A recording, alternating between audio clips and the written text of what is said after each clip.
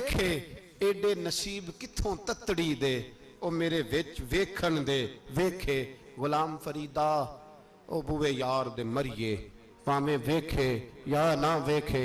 आप फरमाते मैं सैयद आलम सल्लल्लाहु अलैहि वसल्लम को देखता तो हुजूर रुख अनवर फेर लेते। हजरत काब बिन मालिक रदी अल्लाह ताला अन्हु फरमाते कि हुजूर का हुक्म आया कि बीवी को अलहदा कर दो। बार पहले कोई नहीं बात करता, अब का बीवी को अलहदा कर दो। तो मैंने कहा हुजूर तलाक दे दूं? फरमाया नहीं, मेके भेज दो, तलाक नहीं देनी। फरमाते हैं बाल बच्चा भी चला गया, ना घर में कोई ना बाहर कोई, तने तन्हा। आप फरमाते हैं जमाना जानता था, अरब के सूबों में बात फैल गई कि काब बिन मालिक जैसा सरदार, मालदार, घुड़सवार, तीरंदाज, नेजाबाज, इतना बड़ा सियाना संजीदा आदमी जुदा कर दिया नबी पाक ने। फरमाते हैं गुस्सान के ईसाई बादशाह ने मुझे खत लिखा। हजरत काब फरमाते हैं बड़ी आजमाइश थी, पर यह मुसीबत सबसे बड़ी थी। गुस्सान के ईसाई बादशाह ने खत लिखा, उसका आदमी मुझे ढूंढता फिरता मदीने में, मैं मिला तो खत उसने मुझे दिया। खत में यह नहीं लिखा था कि काफिर हो जाओ माअज़ल्लाह, यह नहीं लिखा था ईसाई हो जाओ। उसने खत में लिखा कि काब हमने सुना है तुम्हारे नबी ने तुम्हें छोड़ दिया, नाराज हो गए। तुम तो इस काबिल थे कि सूबे के गवर्नर बनाए जाते, तुम तो बड़े ओहदे के काबिल थे, तुम्हारी तो शोहरत है सारे इलाकों में, तुम आ जाओ हमारे पास, हम तुम्हें बहुत बड़ा ओहदा दे देंगे। हजरत काब बिन मालिक फरमाते हैं अब मेरी चीखें निकली, अब मैं तड़प के रोया। मैंने वो उसका खत पकड़ा और जलते हुए तंदूर में डाला और मस्जिद नबी में सर सजदे में रख के मैंने कहा अल्लाह, मेरा ईमान इतना ही मशकूक हो गया है कि काफिर कहते हैं मैं उनके साथ मिल जाऊंगा। ऐ अल्लाह, मेरा ईमान इतना मशकूक, काफिर समझने लगे हैं कि मैं मुसलमानों को छोड़ के उनसे इत्तेहाद करूंगा। यहां लोग कहते हैं हमने प्रेशर के लिए उनको साथ मिलाया, हमने प्रेशर के लिए काफिर से समझौता करोगे, अपने भाई पर जुल्म करने के लिए बेईमानों के साथ दोस्ती करोगे। हजरत काब बिन मालिक फरमाते मैंने तंदूर में डाला, मैं तड़प के रोया। मैंने कहा अल्लाह, मेरा इतना इम्तिहान ना ले कि काफिर सोचने लगे कि मैं उससे समझौता करूंगा। ऐ अल्लाह मेहरबानी फरमा, इतना इम्तिहान ना ले। रोते रोते घर गया, सहरी तक रोता रहा। एक आदमी दौड़ा आया, कहने लगा काब जल्दी चल, हजरत जिब्रील आ गए हैं, अल्लाह ने तेरी तौबा कबूल फरमा ली है, रसूल पाक ने तुझे याद फरमाया है, चल आ जा। हजरत काब बिन मालिक फरमाते मैं कदमों में गिरा और मैंने कहा महबूबा मेरा सारा ही माल ले ले, हुजूर मेरी सारी सलाहियतें ले ले, रख ले सारा कुछ, मुझे वो माल नहीं चाहिए जो आपके दरवाजे से दूर कर दे। हुजूर वो दौलतें मेरे किस काम की जो आपके दरवाजे से दूर कर दे। बेनूर बेचराग जो महफिल हो फूंक दो, आजम बला से अपनी वो हस्ती ही क्यों ना हो, जो चीज उसकी राह में हायल हो फूंक दो। हजरत काब बिन मालिक रदी अल्लाह ताला अन्हु ने एक मिनट के लिए भी काफिर से समझौता करना पसंद ना किया। जब तो अल्लाह ने तौबा हजरत जिब्रील के जरिए नाज़िल फरमाई। मेरे भाई यहाँ मिनट मिनट पे समझौता है, मिनट मिनट पे बड़ा रौला डालते हम, बड़ा शोर है चाइना की दोस्ती, चाइना की दोस्ती। चाइना जैसे कहे बर्मा की हुकूमत वैसे करती है, इसका असर और रसूख है उनका। आपने क्यों नहीं उनसे कहा कि उनको मना करें?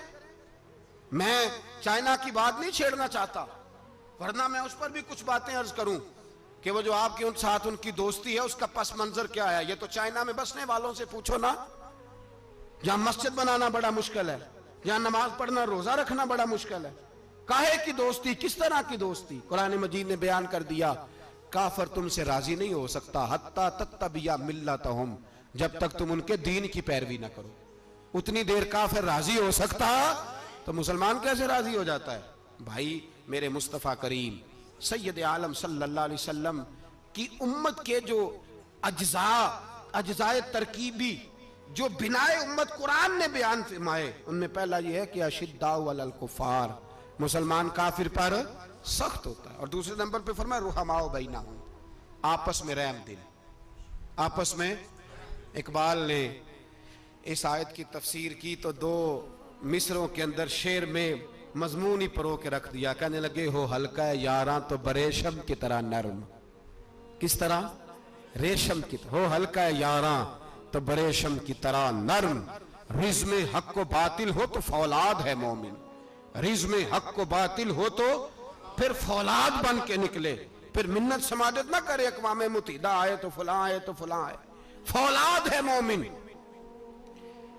एक वो मंजर था, हजरत उमर ने जब अपने सगे मामू को लताड़ा, जनाब अबू उबादा बिन जर्राह ने बाप को कत्ल किया, मुसअब इब्न उमैर ने भाई को कत्ल किया, एक वो मंजर था। एक वो मंजर था जब मुसलमान मक्के से मदीने आए, मदीना तैयबा पहुंचे तो मुस्तफ़ा करीम ने फरमाया ये तुम्हारे भाई हैं, बस बात खत्म हो गई, ये तुम्हारे, भाई इतनी सी बात है, ये तुम्हारे, इससे ज्यादा नहीं, कोई लंबा खुतबा नहीं नबी पाक ने दिया, फरमाया ये तुम्हारे, अपने भाइयों की मदद करो।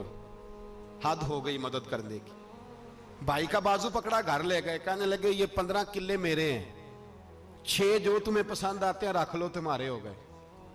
घर का सामान बिस्तर रजाइयां तक निकाल के दरवाजे के अंदर रखे, भाई से कहा यार जो तुझे अच्छा लगता है रख ले, आधा तेरा आधा मेरा। यहां तक एक वो मौका जब अशिद्दाउ अलल कुफार, एक ये मौका रुहमाउ बैनहुम, सहाबाए किराम अलैहिम रिदवान में से किसी के पास 2 बाग थे, एक में खजूरें ज्यादा पकी, एक में कम पकी।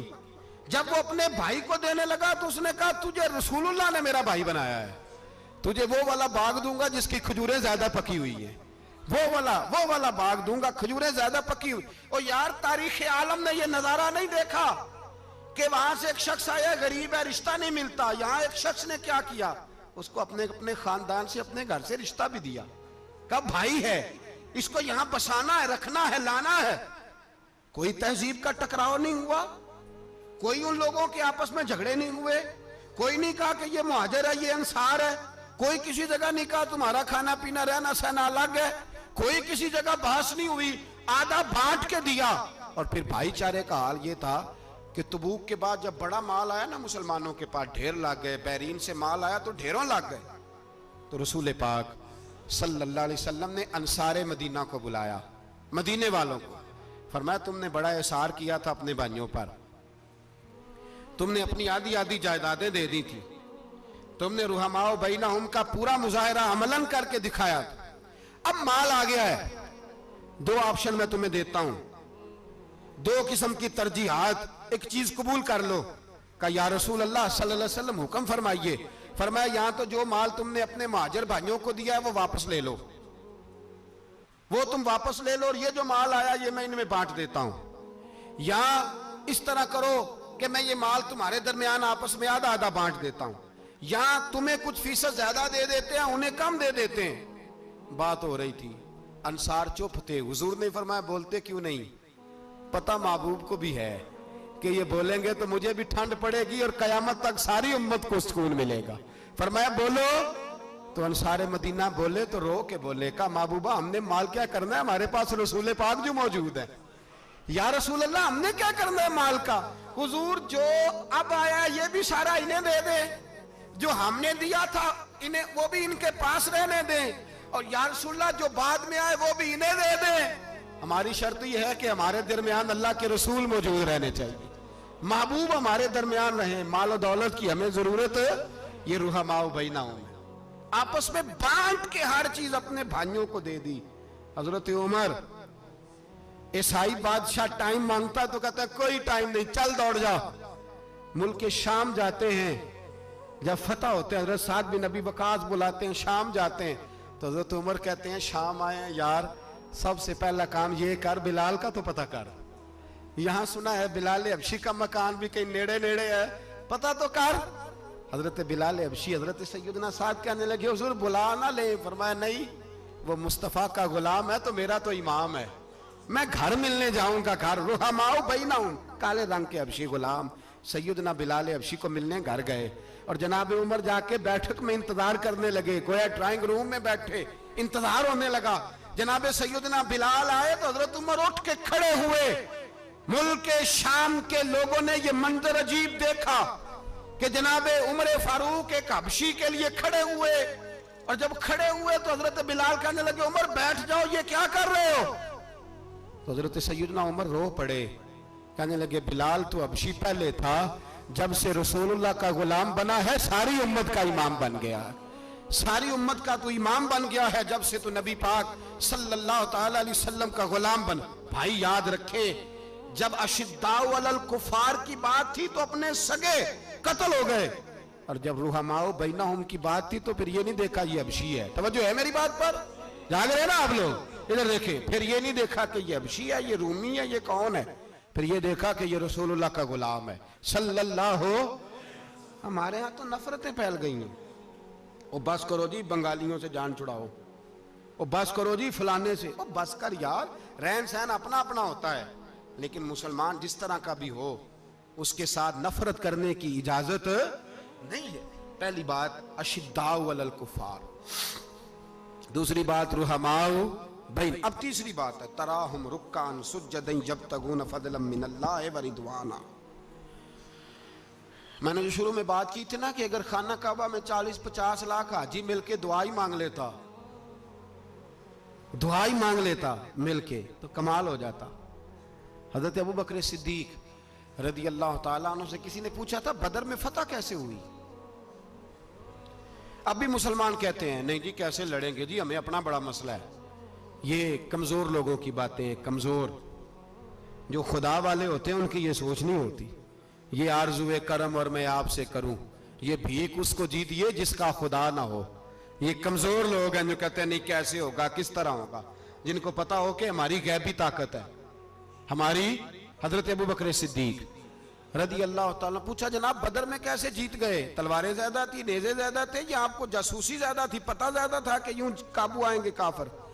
तो अबू बकर सिद्दीक फरमाने लगे ना नेज़ों से जीते ना तलवारों से जीते, हम जो बदर में जीते हैं तो मुस्तफ़ा की नमाजों से जीते हैं। हमें जो बदर में कामयाबी मिली तो रसूलुल्लाह की दुआओं की बरकत से मिली। फरमाने लगे काफिर सारी रात शराबें पीते रहे, सारी रात वो नाच गाने में मसरूफ रहे, और मैं हुजूर के खेमे में मौजूद था, नबी पाक सारी रात नमाज पढ़ते रहे, सारी रात हुजूर नमाज पढ़ते रहे, सारी रात अल्लाह से दुआ करते रहे। फरमाया सुबह जो कामयाबी मिली तो ये मुस्तफ़ा की नमाजों की बरकत से मिली। एक बुजुर्ग की मैं बात सुन रहा था, वो कह रहे थे अब नमाजें इबादतें रियाजतें बाद में करना, पहले जिहाद करो। कह रहे थे अब निकल कर खानकाहों से अदा का रस्म शब्बीरी, इबादतें रियाजतें तिलावतें दरूद बाद में होगा, पहले जिहाद। तो मैंने कहा साहब इबादतें तिलावतें दरूद हो कहां रहा है, पहले वो जगह तो बताएं। खानकाहों पे तो उर्स हो रहा है, साल के बाद ढोल लग रहा है। वो जो जमाना था ना कि खानका शरीफ पे शाम तक कुरान मजीद खत्म होगा, फजर के बाद 50,000 दरूद पढ़ा जाएगा, वहां लोग आए हैं तो वहां जिक्र करते करते लोग इस कदर मस्त हुए कि उन्हें होश ही नहीं कहां के कहां गए। वो तो दौर खत्म हो गया।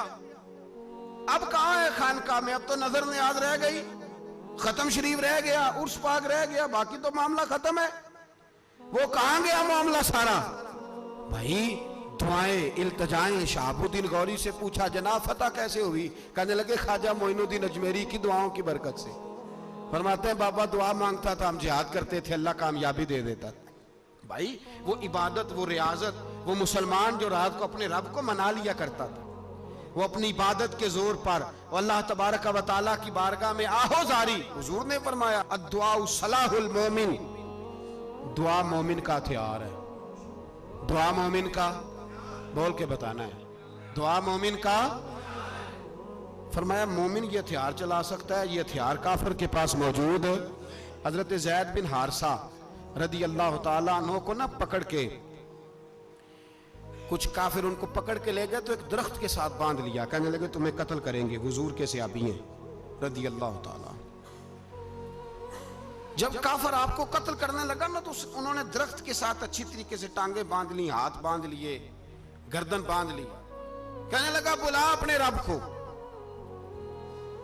तो हजरत ज़ैद रदी अल्लाह ताला अन्हु फरमाने लगे मैं तो शहीद होने को तैयार था, लेकिन तूने आजमाने का प्रोग्राम बनाया तो ठीक है, मैं फिर बुलाने लगा हूं अपने रब की मदद को। ऐ अल्लाह मदद फरमा।